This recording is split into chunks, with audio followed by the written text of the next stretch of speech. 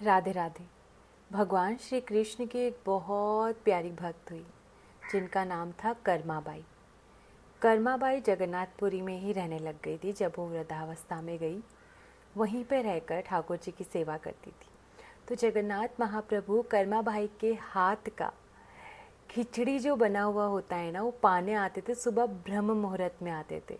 3-4 बजे ही कर्माबाई उठ के उनके लिए वो खिचड़ी का भोग बना देती थी और रोज़ जगन्नाथ महाप्रभु वो भोग पाके प्रेम से अपने मंदिर में जाके अपनी आरती करवाते थे। तो क्या हुआ एक बार एक कोई बड़े महापुरुष थे, बड़े महात्मा पंडित जी थे। तो उन्होंने कर्माबाई को देख लिया, वो ऐसे बिना नहाए धोए प्रसादी बनाती है।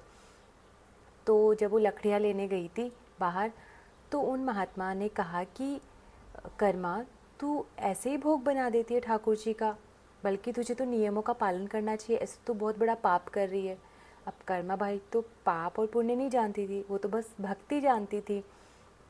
तो कर्मा बाई ने जैसा उन महापुरुष ने बोला, तो उनके हिसाब से अच्छे से स्नान करना, 2-3 प्रकार की नदियों में स्नान करके फिर घर पे स्नान करना, फिर चूल्हे की पूजा करना, इस तरह से सारा अपना रूटीन किया। तो वो उसमें लेट हो गई और जगन्नाथ महाप्रभु आकर बैठे हुए हैं भोग पाने के लिए। तो जल्दी जल्दी उन्होंने भोग बनाया और जगन्नाथ महाप्रभु तो लेट हो गए। उधर उनकी आरती शुरू होने लग गई, मंगला आरती। तो जगन्नाथ महाप्रभु थोड़ा सा पाए और वो चले गए मंदिर में। तो कर्माबाई ने सोचा कि आज जगन्नाथ महाप्रभु ऐसे कैसे चले गए बिना भोग पाए, पूरा भी भोग नहीं ख़त्म किया। और जब महाप्रभु जी का मंगला आरती हो रहा था ना वहाँ पे, तो पंडित जी ने जैसे ही पट खोले मंगला आरती के लिए, तो उनके मुंह में खिचड़ी का भोग लगा हुआ था। तो पंडित जी ने कहा कि ये क्या, आप मतलब आपने तो भोग पहले ही लगा लिया। तब महाप्रभु ने कहा कि कर्मा से कह देना पंडित जी, वो जैसी है मुझे उसी भाव में प्रिय लगती है वो।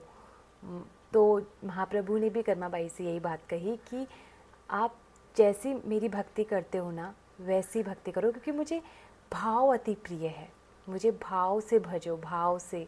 तो जहाँ पे भी भाव होता है ना, वहाँ भगवान होते हैं। इसीलिए अपनी भक्ति में भाव को लेकर आइए। जैसे कर्माबाई के भाव थे ना, वैसे ही भक्ति में हमारे भी भाव आए। ऐसा हम भगवान से प्रार्थना करें, संतों से प्रार्थना करें, तो हमारी भक्ति और भी ज़्यादा बढ़ती जाएगी। तो ये कर्माबाई की एक छोटी सी स्टोरी मैंने आपको सुनाई है, जो कि मुझे तो बहुत अच्छी लगती है। और आपको कैसी लगी आप भी बताना। जय श्री राधे।